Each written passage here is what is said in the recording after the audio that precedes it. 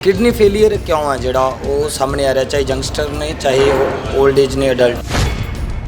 Kidney की disease की वजह से डैमेज हो जाना is common in young adult childhood वगैरह में। उसके अलावा मिडिल एजेस में ड्रग कंजप्शन, कुछ ड्रग्स होती हैं उसकी वजह से एक्यूट किडनी फेलियर हो जाते हैं। शुगर बीपी की वजह से ही ओल्ड एज में ज़्यादा दिक्कतें होती है।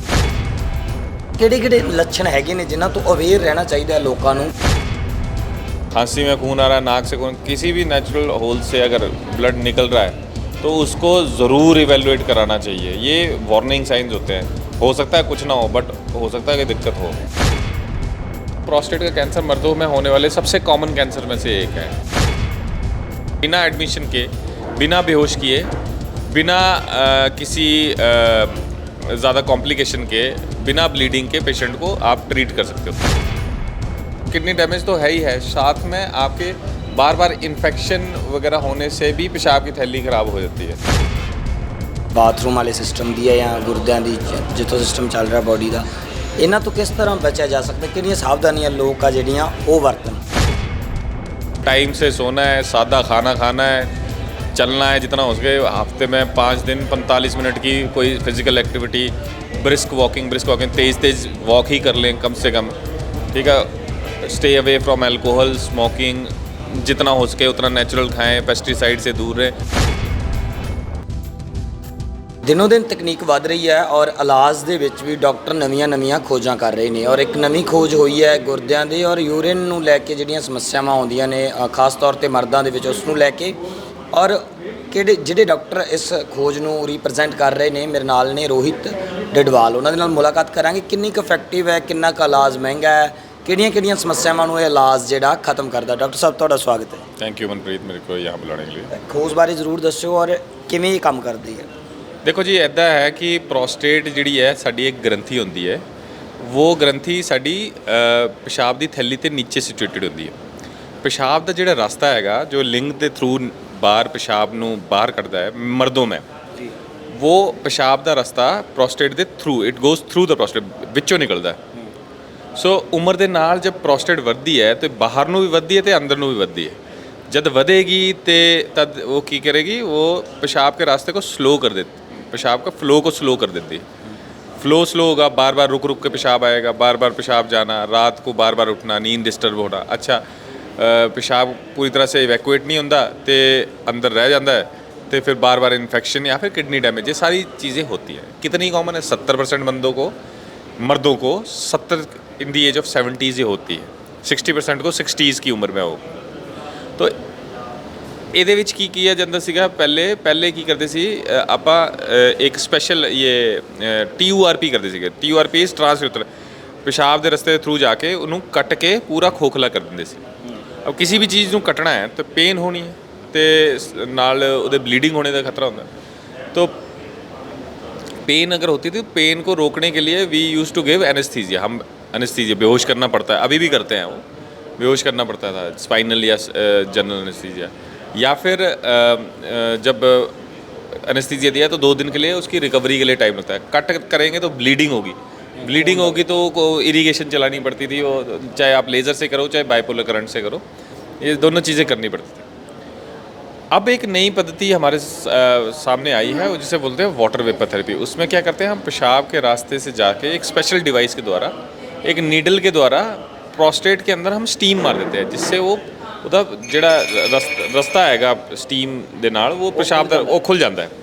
खुल जाएगा तो फिर वो सारे सिम्टम जो है वो रिलीफ हो जाएंगे। बेसिक मैकेनिज्म यही है कि हमें पेशाब का रास्ता खोलना है, चाहे वो काट के खोल लो तो काटने में रिस्क ज़्यादा होता है। तो इस स्टीम से पेनलेसली आप बिना एडमिशन के, बिना बेहोश किए, बिना किसी ज़्यादा कॉम्प्लिकेशन के, बिना ब्लीडिंग के पेशेंट को आप ट्रीट कर सकते हो। नवी इन्वेंशन ये नवी हमारे लिए ये आ चुकी थी 5-6 साल पहले, बट इंडिया में ये फेब में लॉन्च हुई है। वी सॉ, हमने जैसे अमेरिकन न्यूरोलॉजिकल एसोसिएशन की गाइडलाइंस में ये चीज़ आई, उसी तरह से हमने हमारे इंडिया में इन्होंने लॉन्च किया और now we have taken up.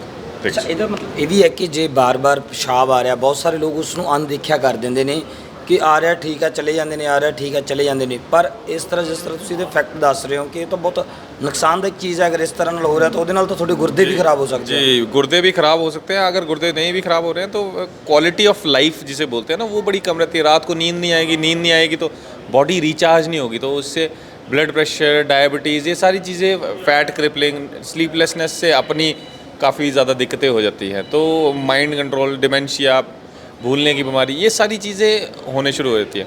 अच्छा, उसके अलावा किडनी डैमेज नहीं हो रहा, किडनी डैमेज तो है ही है, साथ में आपके बार बार इन्फेक्शन वगैरह होने से भी पेशाब की थैली ख़राब हो जाती है। तो ये सारी चीज़ें होती हैं। मैं आपके माध्यम से थोड़े श्रोताओं में दसूँ कि कोई भी सिम्टम, यूरोलॉजिकल सिम्टम तुसी इग्नोर नहीं करना है। अगर आपको लग रहा है कि कोई प्रॉब्लम आ रही है तो अपने यूरोलॉजिस्ट को दिखाओ, नियरेस्ट यूरोलॉजिस्ट या नियरेस्ट कहीं पे भी जाके, इवन सरकारी या प्राइवेट में एक बार आप कंसल्ट कर सकते हैं, एक बार आपको सलाह लेनी चाहिए। ਡਾਕਟਰ ਸਾਹਿਬ ਪ੍ਰੋਬਲਮ ਚਾਹੇ ਮਰਦਾਂ ਦੀ ਹੈ ਜਾਂ ਔਰਤਾਂ ਦੀ ਹੈ, ਯੂਰੋਲੋਜੀ ਦੀ ਸਾਰੇ ਦੀ ਗੱਲ ਕਰੀਏ ਜਾਂ ਗੁਰਦੇ ਵੀ ਨਾਲ ਜੁਆਇੰਟ ਨੇ ਹੈ ਨਾ, ਫੰਕਸ਼ਨਿੰਗ ਉਹਨਾਂ ਦੀ ਹੈ ਨਾ, ਤੇ ਕਿਹੜੇ ਕਿਹੜੇ ਲੱਛਣ ਹੈਗੇ ਨੇ ਜਿਨ੍ਹਾਂ ਤੋਂ ਅਵੇਅਰ ਰਹਿਣਾ ਚਾਹੀਦਾ ਹੈ ਲੋਕਾਂ ਨੂੰ ਕਿ ਜੇ ਹੈਗੇ ਨੇ ਤਾਂ ਡਾਕਟਰ ਦੇ ਨਾਲ ਜਲਦੀ ਤੋਂ ਜਲਦੀ ਕੰਸਲਟ ਕੀਤਾ ਜਾਵੇ, ਨਹੀਂ ਗੱਲ ਵੱਧ ਸਕਦੀ ਹੈ। सबसे पहले तो देखिए, unexplained weight loss, unexplained loss of appetite, भूख का मर जाना या वेट लॉस होना अनएक्सप्लेन्ड, या ये वार्निंग साइन है।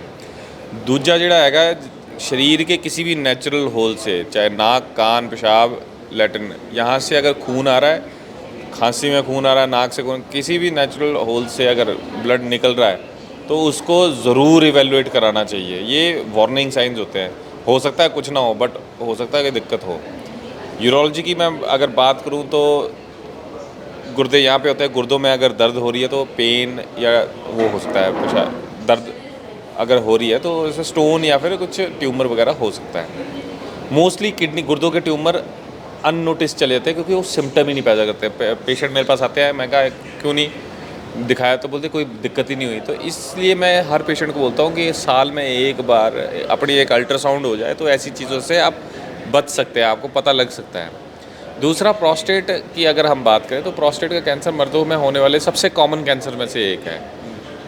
It is among the, not among the top, it is on the top, सबसे कॉमन कैंसर है ये।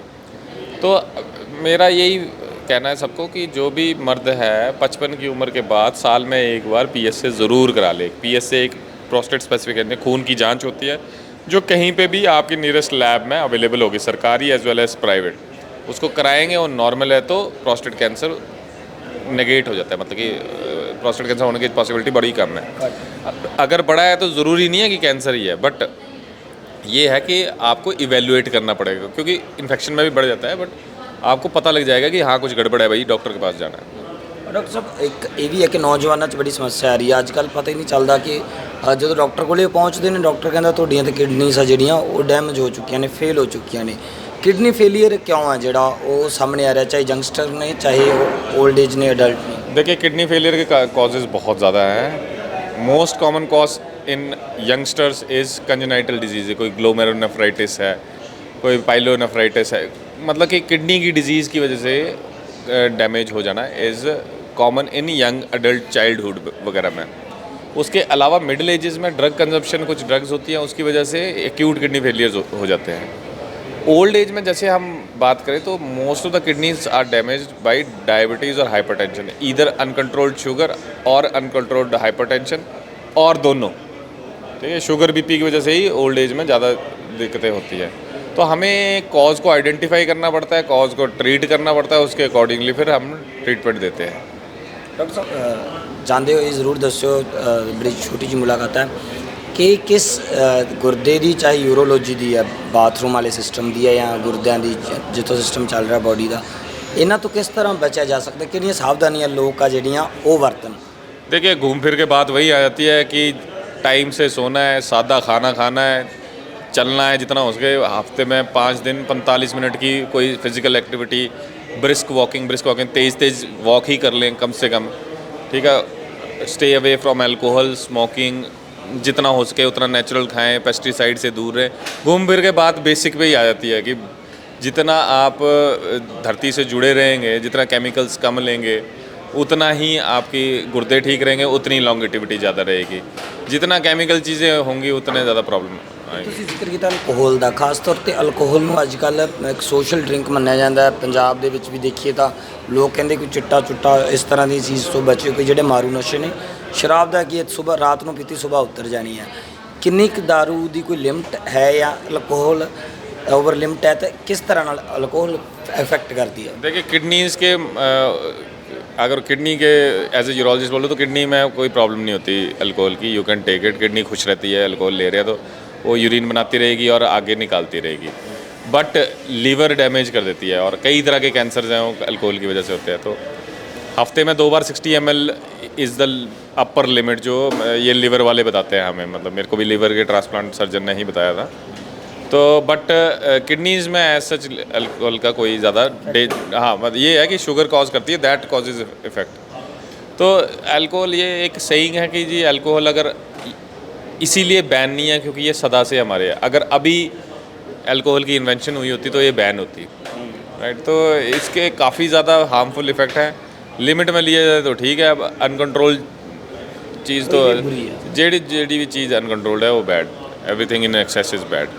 ਧੰਨਵਾਦ ਜੀ। ਤਾਂ ਇਹ ਜਿਹੜੇ ਹਲਕੇ ਜਿਹੇ ਉਪਾਅ ਡਾਕਟਰ ਸਾਹਿਬ ਨੇ ਦੱਸੇ ਨੇ ਕਿਸ ਤਰ੍ਹਾਂ ਨਾਲ ਬਿਮਾਰੀਆਂ ਬਣਦੀਆਂ ਨੇ। ਖਾਸ ਤੌਰ 'ਤੇ ਜੇ ਤੁਹਾਨੂੰ ਬਾਰ-ਬਾਰ ਪਿਸ਼ਾਬ ਆ ਰਿਹਾ, ਰੁਕ ਕੇ ਪਿਸ਼ਾਬ ਆ ਰਿਹਾ, ਤਾਂ ਉਹਦੇ ਲਈ ਤੁਹਾਨੂੰ ਕਿਸ ਤਰ੍ਹਾਂ ਦੀ ਬਿਮਾਰੀ ਹੋ ਸਕਦੀ, ਉਹਦਾ ਇਲਾਜ ਜ਼ਰੂਰ ਨਵੇਂ ਤਰੀਕੇ ਨਾਲ ਇਹਨਾਂ ਨੇ ਲੱਭ ਲਿਆ। ਪਰ ਹਾਂ, ਉਹਦੇ ਤੋਂ ਤੁਹਾਨੂੰ ਸਾਵਧਾਨ ਰਹਿਣ ਦੀ ਵੀ ਲੋੜ ਹੈ, ਟਾਈਮ ਸਿਰ ਚੈੱਕਅਪ ਕਰਵਾਉਣ ਦੀ ਵੀ ਜ਼ਰੂਰਤ ਹੈ। ਕੈਮਰੇ ਤੇ ਅਸ਼ਵਨੀ, ਮੈਂ ਮਨਪ੍ਰੀਤ ਸਿੰਘ, ਸਕਰੋਲ ਪੰਜਾਬ TV ਦੇ ਲਈ।